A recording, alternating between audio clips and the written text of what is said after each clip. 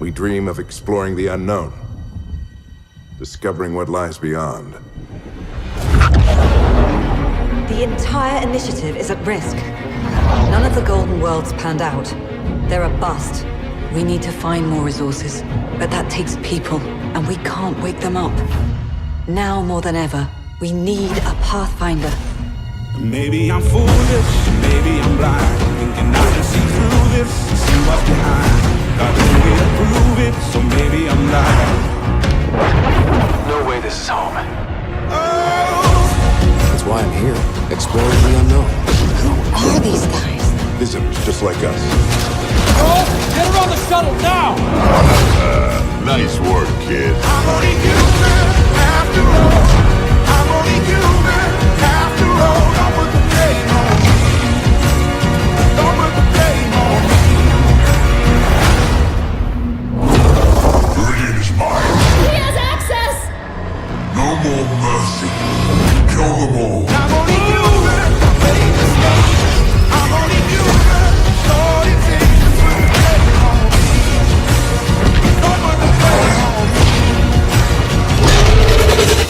I'm only human, after all. I'm only human, after all. Don't put the blame on me. Now you are a part of the first wave of arcs arriving in Andromeda, our new home for humanity. Howdy folks, it's Zach, and welcome back to my gaming channel. And tonight we have two very special guests to us because we're going off the BioWare rails of Star Wars The Old Republic and going into new and undiscovered territory in Mass Effect Andromeda. So tonight, I have the very lovely Killa. How you doing tonight? I'm doing great. Excited to talk some Andromeda. Awesome. And we also have tonight another special guest star. This is Jim. How you doing, Jim? Good. Awesome. So let's just go ahead and get this sucker rolling. There was so much that came out about Mass Effect Andromeda before the game actually released. What did you guys feel about the game before it actually launched? I was super excited. The first Mass Effect game in, I think, 5 years. Yeah, it has. So, oh my god, it's been 5 years since 3 came out, right? Yeah. Holy 5 years. Smokes. Holy smokes. And 3 kind of ended on... I don't know, but did you guys... I did not like the Mass Effect 3 ending at all. I hated the ending. Yeah. I was not a fan of it. At least they patched it to make it better. It was a little more palatable once they did that free patch to give you a little bit more. But it was still not I wasn't pleasing. happy with it. Yeah. I think universally across the board, you know, the way it launched, and all of a sudden you just got that little message at the end of, you know, thank you for playing, and you're just kind of like, what did I just invest my life into? Yeah. Because I think that was a big problem from the original Mass Effect, was it just set up this huge premise, extinction level event, and our minds put it went across up. 3 games. Yeah, and put it across 3 games. And so, for Mass Effect Andromeda, do you guys feel like, how do you feel like about what we got information-wise about what the game would be about before it came out? Do you feel like what the promotions were accurate to what the game actually was? Yes and no. Here's what I thought I was... what I was happy what I was getting was a completely different adventure. That's good. I'm happy with that. One of the biggest things that what I was made to understand was that this is not a Shepard game. This is not an extension of the original trilogy. And that's good. No offense, I'm a little tired of Shep. I've played him for 20 playthroughs over 3 games. I want to see something new. I want to see something I haven't seen before, and I got that. Yeah. And Killa, what do you feel like about Andromeda, like the premise? I was excited that it was a new character too. I was ready for a new story in the universe. I was kind of hoping that I would get to play as a non-human. Obviously, that didn't pan out.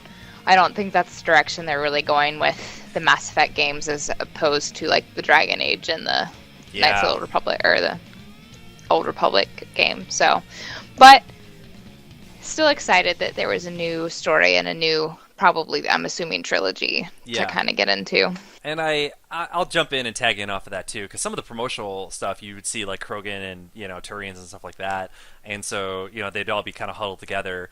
And once we played the game, we would see a shot, and we're like, oh, that came from one of the loyalty missions, and we're all huddled up behind something for a cutscene, or, oh, okay, that's cool.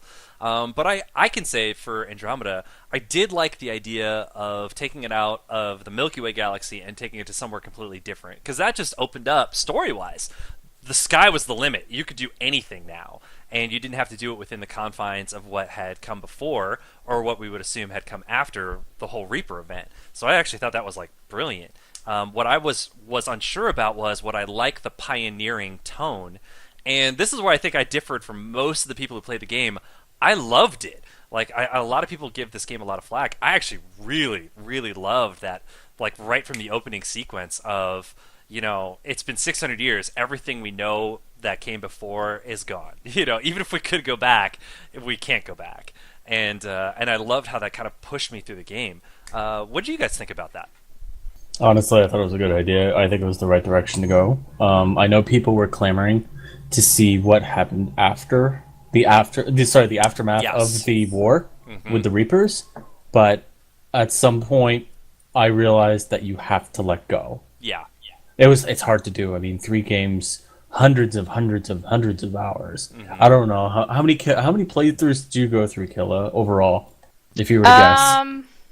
Like full maxed out all 3 games playthrough, probably 3 games, 7 or 8.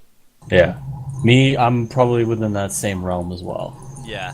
Oh, and while we're on that topic, I forgot to enlighten our audience a little bit about what your guys' backgrounds are. So when I first introduced Penny and Xenoff, we did this for Star Wars, like how do they get into Star Wars and stuff like that. But how did you guys get into video games, Killa? I started playing video games when my dad bought an Xbox, and he let me play Knights of the Old Republic. It was my first BioWare game, first video game, and needless to say, it started the addiction for RPGs and that kind of genre. Yeah. Men across America, rejoice. The unicorn has been found. Like, she loves Star Wars, she loves video games, and she's beautiful. Guys, you know, her name is And Killa. she can cook, from what I hear. And she can cook! That's right. She likes mushrooms on her pizza. So yes, guys, they do exist. Don't give up hope. We're just inside playing video games. That's right. That's right. And Jim, what got you started, man? Well, I kind of lived in the country with my parents, so there wasn't a lot of outlets in that point, and a lot of the stuff we would do would be sort of boring after a while. Yeah. So my parents got us an NES for Christmas one year, and that's how it got started all those years ago. Yeah. The good old NES. I think the first few games that we played were Duck Hunt and then the original Mario. So stuff like that would basically be where it started. And then it evolved over there to the SNES, the N64. Yeah. And then we left our parents... Oh, of course, there were PC games as well, like Duke Nukem and all of that. Yeah. Then we moved out and we ended up getting like a PS2 that was split. And then it went on and so forth. Right now, I've got a really good PC and a good setup for my Xbox. So. Yeah. And you know, I think all my listeners already know where I kind of came from. So let me jump back a little bit to what we were talking about with Andromeda, because let's talk a little bit about, because we all just said like what got us into video games. What was it that got you excited about Andromeda? Probably came from what you experienced in Mass Effect. And before we started the show, Killa and I actually had a chance to talk for almost an hour about some of these things. And one of the things that really struck me about what you said, Killa, was that you felt like Mass Effect kind of set up a premise that Mass Effect Andromeda didn't. Maybe you could you explain what you meant by that to the audience? Well, when you first get in Mass Effect 1, you're Commander Shepard, you're already a badass. Yeah.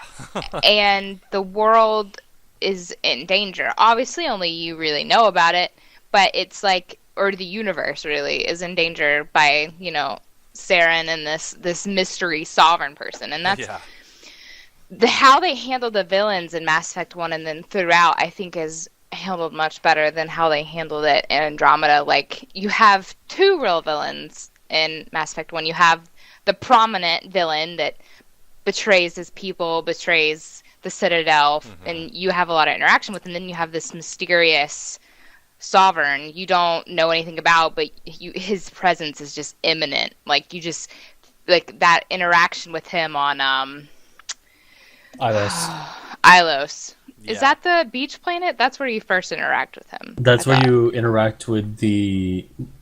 Wait, no, it's not Ilos. No, it's the beach planet where it's the where Krogan. his base is. Yeah, where the Yeah, the Krogan cloning breeding thing is. Yeah, I facility can't think of it right now. I can't remember it either. I'm mad, but anyway, you first. But we loved meet the game, him. guys. We loved Yeah. the game. we played it a ton. We just I can't. have a terrible We're memory. old, and our memory doesn't work as well as it used to. But yeah. You talk with him, and like he just sounds like a god, and like Yeah. the windows explode, and it's just a very intense moment. Everything felt much more dire. Like this, I felt it, but it didn't. Like, things seemed to still be going pretty okay. Yeah. Like, even though like things didn't go on plan, which they kind of spoiled in the trailers, like, which kind of annoyed me. Vermeer. Vermeer. Yeah. Jim looked it up, I'm sure. He's like, yeah. But they spoil that the Golden Worlds don't plan out, which I guess is fair. Like, Yeah. you shouldn't have assumed that was going to be a thing. But like, even though that's a thing, things still feel pretty okay compared to how they felt in Mass Effect. And then even going, like, things just get more and more dire, which maybe that will be the case, because, you know, Andromeda kind of ends on a shiny, happy, things are looking great note. Yeah. So, and that's kind of how Mass Effect 1 ended, though you still had that looming threat, which we kind of have with Andromeda. We just don't have as much detail, I guess, as we had in Mass Effect 1. Yeah. I don't think it's an accident that Liam references Star Wars so much, because in a lot of ways I felt like Mass Effect Andromeda was Star Wars, like A New Hope Star Wars, where you're Well, that's what it was sort of built as. It was built to be a new Star Wars for video games. Really? I didn't know that. That's what they wanted. That's what BioWare wanted to do. Whenever they were doing the vid docs for the original one, that's what their sort of hope was to do. Okay. That makes sense, because you kind of get the sense that there's, like, the Ket. You face them a little bit, you beat them a little bit. Sorry, Jim, spoilers. And It's okay. audience, as usual, guys, if you didn't want spoilers, you shouldn't listen to the show. But do like and subscribe. And with the Ket, you know, it's like, okay, we had a victory, but it's far from over, and that kind of feels like the end of Star Wars, where it's like we just had this big victory, but the very next thing that's going to happen is we're going to bring the Empire back and show that the war is still very much going on. And I kind of felt like that with Andromeda too. It's like we just had this really cool finishing, awesome battle sequence, and joy, good feelings from everybody all around. But the Ket are still around, and there's these lingering questions about the Remnant and the race that, you know, originally developed the Scourge and defeated the Remnant. So you're kind of left with that. Okay, who are we facing next? You know, and there's these big questions left up. Well, one of the things that I really liked about Mass Effect, the original trilogy, was that it did a good job of bringing logical choices in enemies to the fold. So they would bring the Geth first, then they brought the Collectors, then they brought the Reapers with a mix of other human elements in the Cerberus, which was a good idea. I mean, it felt more natural. With what I played with this one, I don't like the way that they've done the enemy integration. It doesn't feel as natural as it should have been, or it could have been. Really? Like, I understand that the Ket were there. They were dealing with it as a global threat at the time. Fine, I get that. But the Remnant, like, we don't have a lot of information on them. Yeah. I know they're supposed to, but the other problem is that it sort of feels like we're dealing with the Praetorians again. And that's, The Protheans? Sorry, the Protheans. Praetorian is one of the enemies. Bad guy enemies. Yeah. The really big so ones, yeah. it kind of feels a little too treaded for me. Okay. So this is one of those times, actually, I would disagree with you slightly in just my own experience, not disagreeing with your overall statement or anything like that. I actually really liked the introduction that they did for the Ket because it was such an immediate danger. And one of the cool things, like when you see in good scripts, is you gotta make this guy's presence known like right away. You gotta put your characters in some serious danger. And I loved that with the Remnants introduction on the very first planet that you go to, Eos, or no, excuse me, Habitat 7. When you go to Habitat 7, it's immediately present that this technology is big, looming, dangerous. We won't really understand it, and then, even if we did make it do what we wanted it to do, it still costs the life of our Pathfinder, like, your dad, the Pathfinder rider. And so I kind of liked that the Remnant technology throughout the whole game kind of had that feeling of, we've unlocked parts of it, but we can't ever really get too confident. And then I felt the same way about the Ket.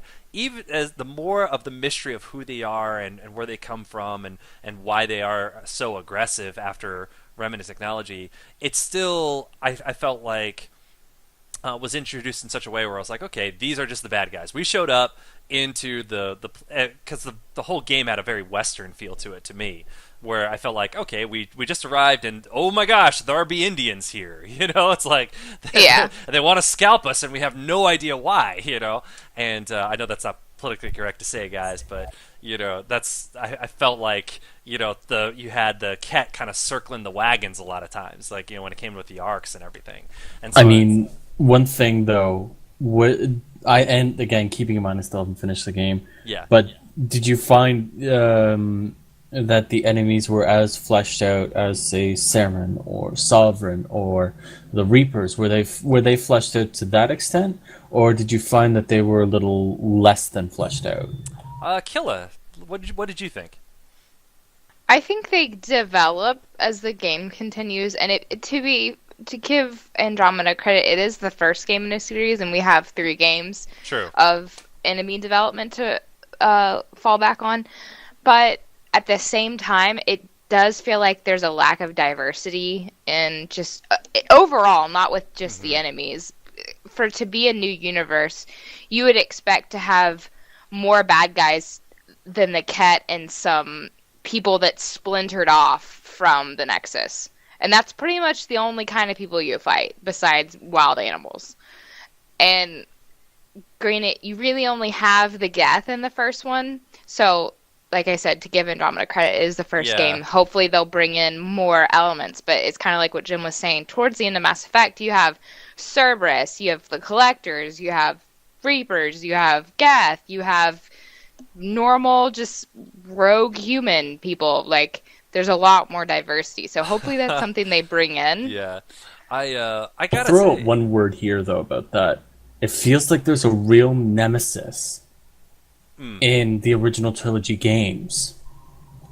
This one, I didn't feel it as much. I think you'll feel that more towards the end of the game. Me too. I agree with Killa. I think you'll feel it more as you get towards the end of the game. Okay. But that actually does bring up a point, because they do set up that Shepard has a nemesis. It is the Reapers. They are coming. He's the only one he knows. And one of the things I kind of appreciated about the whole Pathfinder concept is the exploration. Is you have to kind of discover who your enemies are and who your friends can be and what the roots are of everything. And as you're also discovering like who you want your character to be. I mean, even just in the middle of a battle, I would actually like stop and redo what powers I was bringing in. Like just drop of the hat. I'd just be like, we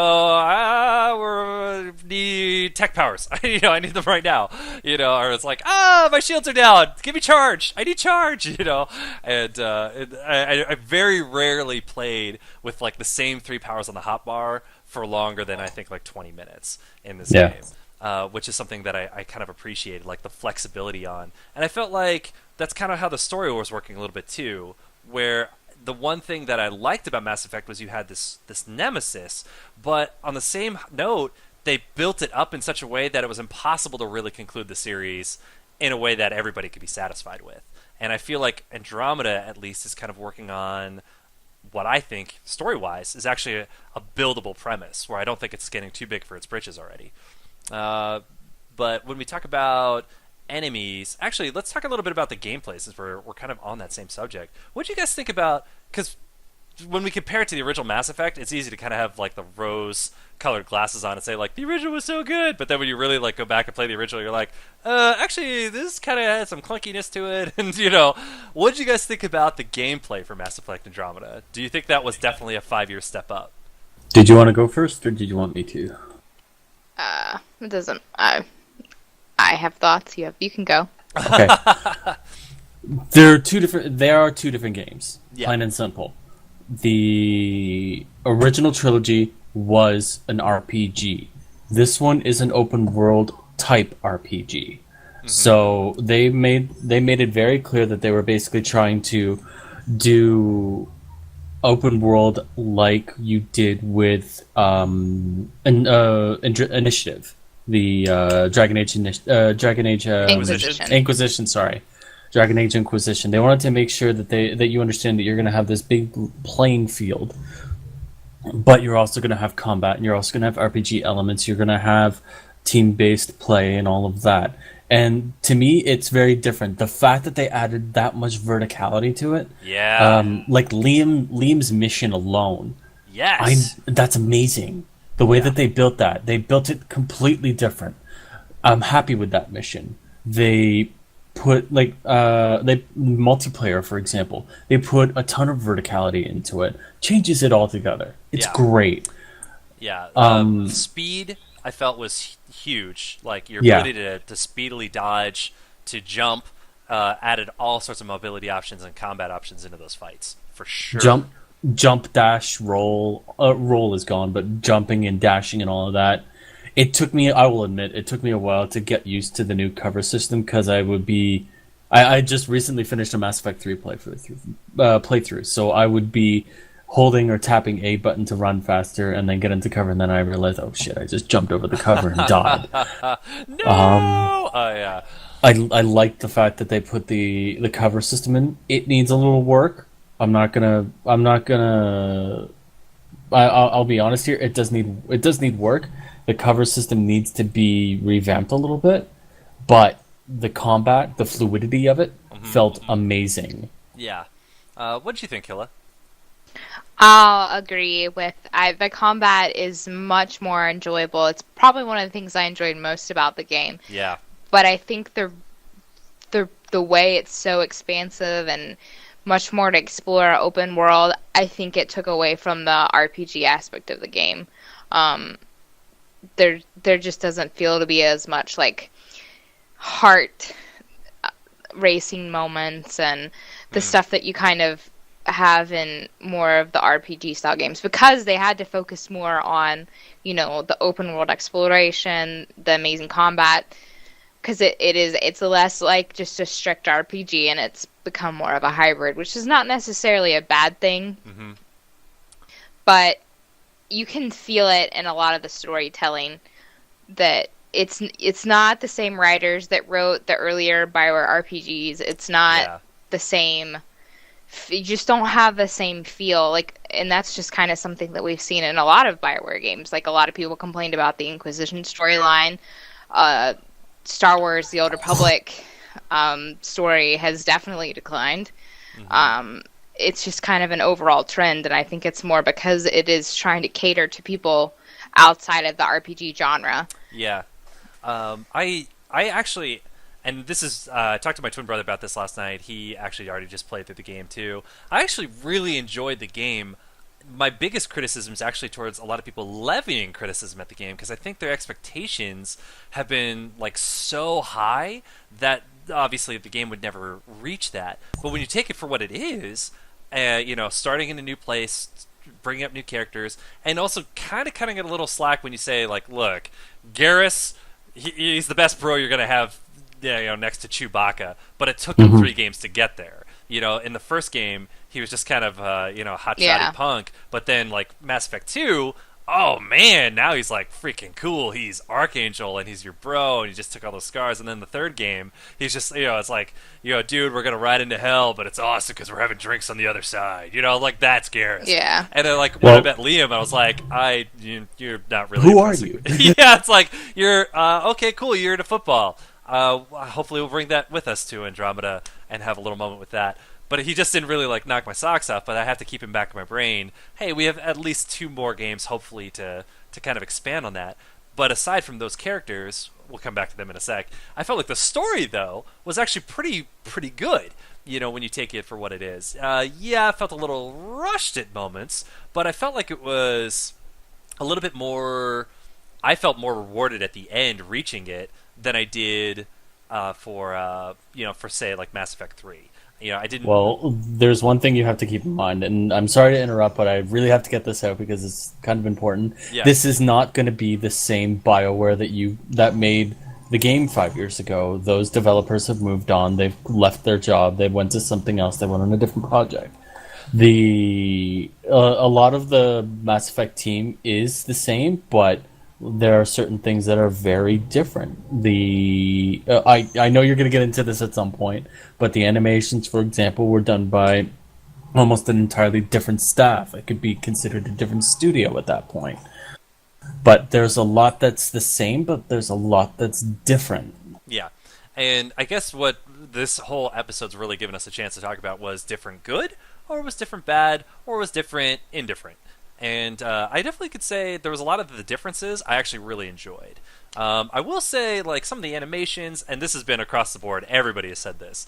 Like, I was talking to Killa before the show, and there was a moment where I had brought the AI from the ice planet up and put it into Sam node, and as I'm talking to the AI, like, my Scott Ryder's head does an exorcist, and it literally just turns back around and, like, does an about face. His shoulders are still squared up to the AI, but his head is turned completely around. I was like, okay, guys, I think this is a bug. This is a glitch, and yeah, we probably It's working as intended. But when I'm actually, like, running around on a planet, and, you know, your character is in battle, and you're, you know, going and using your powers, and the way the armor looks and the way you've customized it, I mean, man, it looked really good, really fluid. I loved every single world I was on had some kind of unique aspect to it. Even the sand was different colors if you're on 2 different desert planets. Yeah, one of the things this is random, but Yeah. I didn't say it in one of the other times I was talking about the game. The thing I appreciated is how different your armor looks on each planet. Like, Mm-hmm. that lighting was is really very cool to different. me. Every planet has its own thing that it does to your armor, and it stays on your armor while you're on that planet. Yeah. It's really cool. Yeah, like the dust when you're on the planet with the Krogan.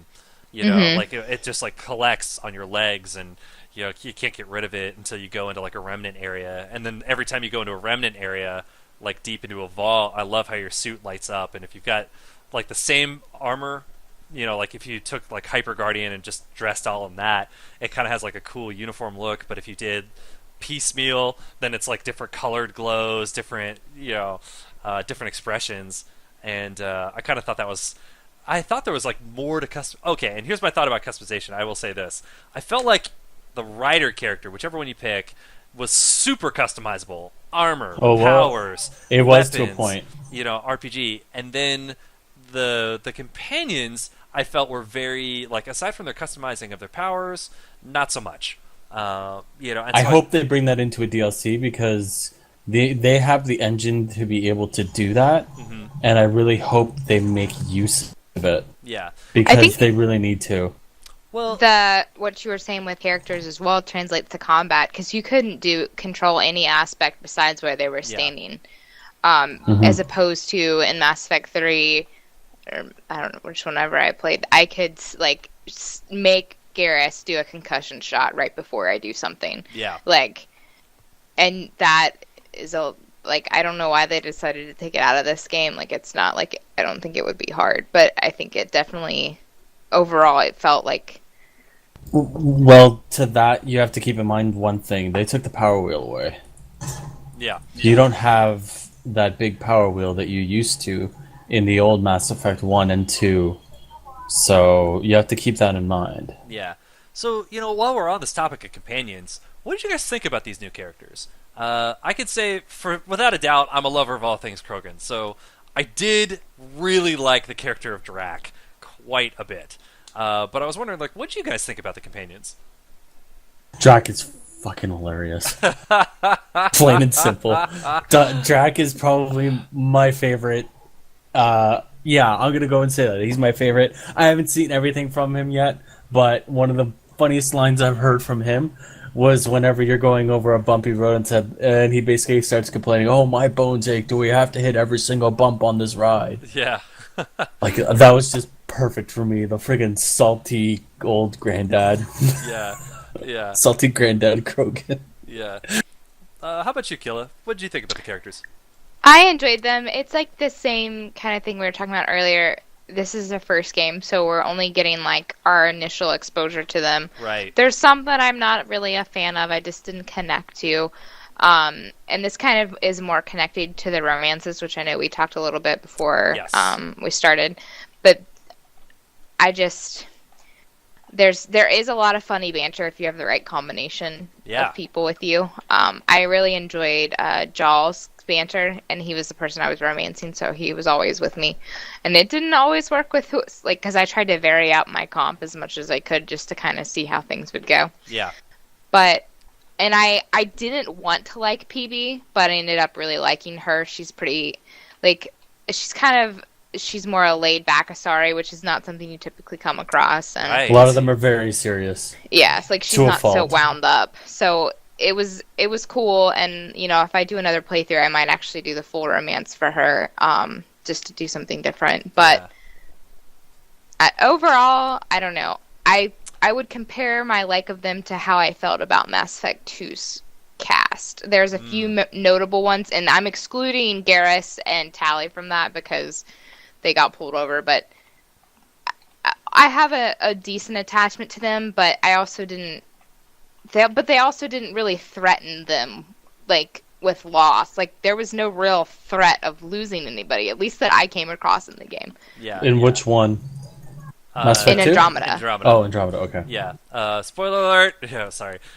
You know what? And here's an interesting thing. Actually, this brings up a really great conversation point because Mass Effect 2, the biggest criticism that somebody actually levied at it was that Mass Effect 2 was really more of just a collection of short stories in the Mass Effect arc, where you don't really see Shepard grow. He comes back from the dead, but you don't learn more about him. You learn a ton, though, and do all these vignettes with his companions. And what's interesting about Andromeda is that it's Ryder's story, but they also threw in loyalty missions for you to kind of, start to learn who your crew is. And honestly, like, I wouldn't like a character, but then I'd do their loyalty mission and be like, oh my god, this character actually has all this, like, that was so cool! And then, then all of a sudden I kind of liked something about that character I didn't see before. And I'm wondering, do you think maybe the game suffered a little bit because they were trying to do both at the same time? Where in the original Mass Effect trilogy, you really learned a lot about Shepard in the first game, then they really focused in on companions, like, from 2 and 3. Well, Yeah. I'll say this: that Andromeda was a very, very, very ambitious game. Yeah, it was. Big time. Big time. And some of the funniest, most hilarious moments I've had in any Mass Effect game actually came out of Andromeda. The whole Liam's mission where you're quoting from Star Wars. We're That was fine, great. we're fine, everything's fine, situation normal. How are Yeah. you? Just, oh my god, I lost it. Yeah, It I during Liam's didn't mission. like Liam, and I still Yeah. don't really like him, but I enjoyed I enjoyed the heck out of his loyalty mission. Yeah, and just like Jim said, the flipping of the ship and the reorientation of gravity on that ship, Yeah. blew me away. I felt like Liam had kind of like not a lot of personality growth, but then I think that's why they put his loyalty mission so far near the end of the game, is because it's just so damn good. I've done Liam's in the first half.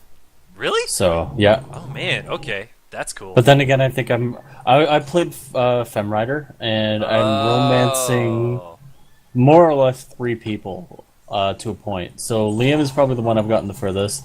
I've gotten some fun with Baby. PB, yeah, Yeah. thank you, and Suvi.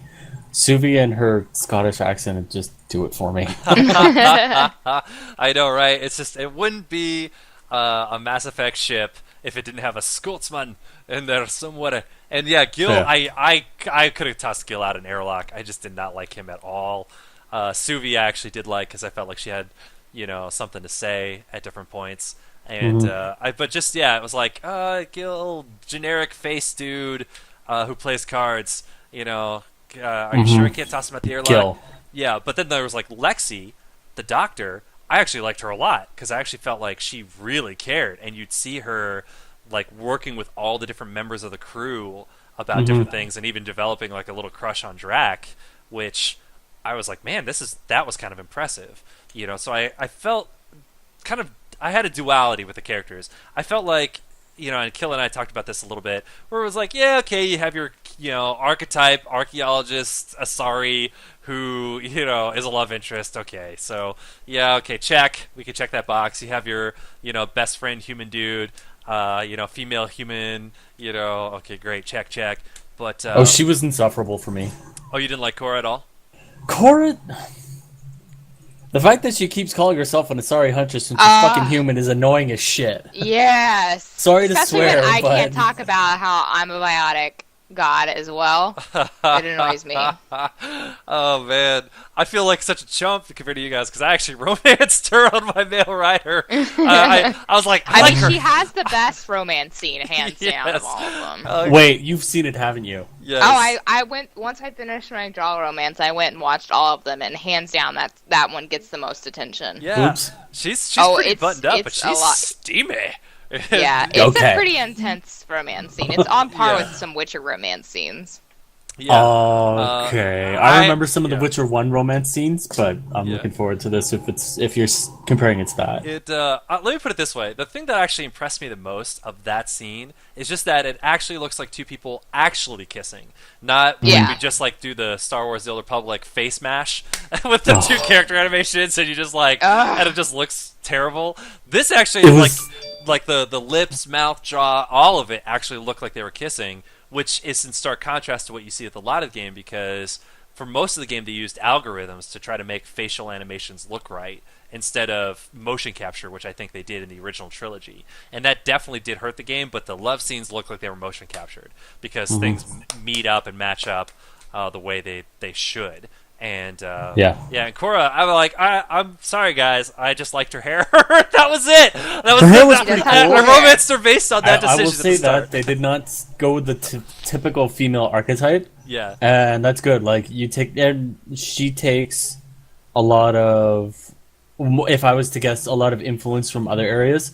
So I'm gonna go out on the limb here, and I know I might be reaching a little bit here, but I'm thinking Christy Mack, for example. She's been in the news a little bit recently for, unfortunately, not the greatest things. Her hair was something that made her particularly unique, was that she had the one side shaven, and then you see Cora with the same thing. Now, I'm not saying that's where they got it from, but I'm willing to bet that it had a good bit of influence because of it. Yeah, Cora, and last I'll talk about her. I did appreciate the fact that she kind of warms up as you continue through that romance, but she seems cold. Yeah, she's In the beginning, she seems very cold. She actually has a really soft side for gardening, which you start learning, and then eventually you go to a place where she'll eventually build her garden, and and you have this kind of talk about planning for the future. And I realize it's not that she's really just cold; she's just professional when it calls for it. But she does warm up. But she's never to like the warmth of sitting in a space lounge with Samara, where you can be these two people and just having this moment of just looking out into space. But you do get some really good moments with Cora. But as far as like the other romance options, Kill and I were talking a little bit about that before the game, but that is a huge aspect of going into these games. It's a BioWare game. We definitely go in looking for the romances. What did you think about the Love on the Love Boat, guys? I haven't seen it yet. I can't comment on it. Yeah. I have a lot of strong opinions on it. I feel like they're trying to be really like widespread, really reach all audiences, and I feel like they might be pushing it a little too much. There's really only one straight choice for each gender, but a ton of bisexual choices. Yeah. And two Is gay that bad, choices. though? I mean, it's not bad. I'm glad that BioWare is able to do these missions, and if anything, I more appreciate the just straight gay romances. I feel like that there doesn't need to be it's probably it's easier for them to, okay, we'll make this one for both. We'll make this one for both. We'll make this, like, it's because it's just easier. You know, it's just a carbon copy, and you just change a few little things here, and you got 2 romance options. Yeah. But even if I was playing a gay Scott Ryder, he would still pick Cora over Gil. Like, that's just how badly written Gil was to me. Gil is that bad, for real? Oh, God. Nothing about that guy I ever liked. Every time there was a message, like, Gil needs to speak to you, and I was like, he could just wait his goddamn turn. Like, I mean, you know, I know he seems a little insufferable. Ugh. Like, but, him and that card sharking, that was just a terrible way to go.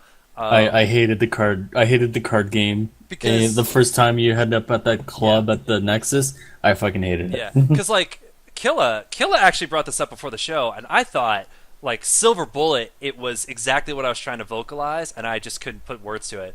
And Killa had said that when it came to, like, gay, Dragon Age Inquisition Dorian was, like, that was a great, like, gay romance. And I was like, you know what?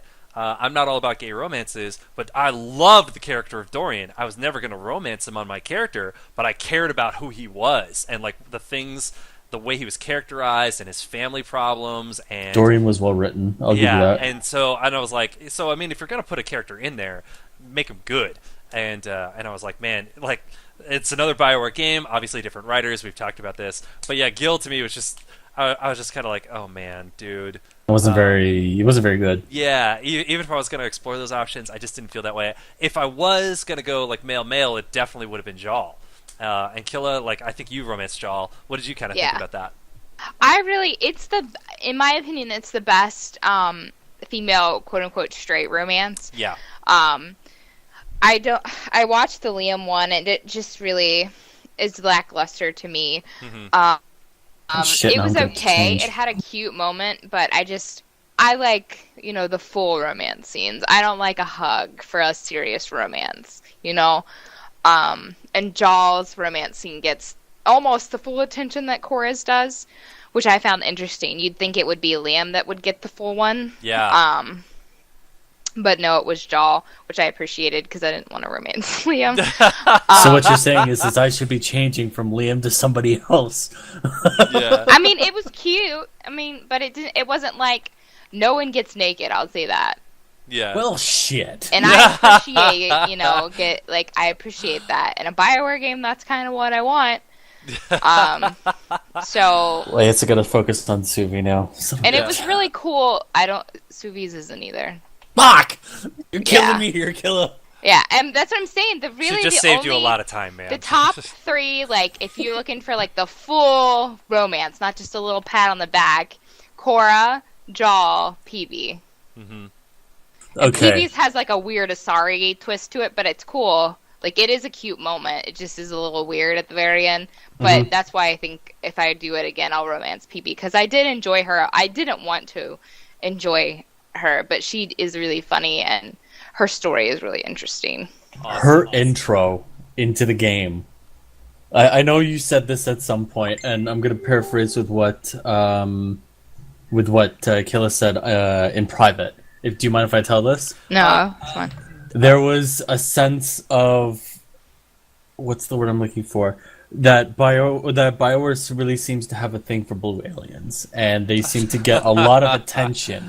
Yeah. And if they turn out to be your companions, they get that little extra bit of attention. And the way that she was introed into the game was fucking special. Yeah. She ends up mounting your rider, not depending on gender, and you're kind of wondering, do I want her to get off? Yeah. No, I don't. Just go ahead and stay there. Yeah. To me, that is an intro I never would have expected. There's a sense of humor to this game that does not take itself as seriously as the original trilogy, and I love it. Yeah. There's good sarcasm, there's great puns and jokes and stuff like that, and I'm really happy with that.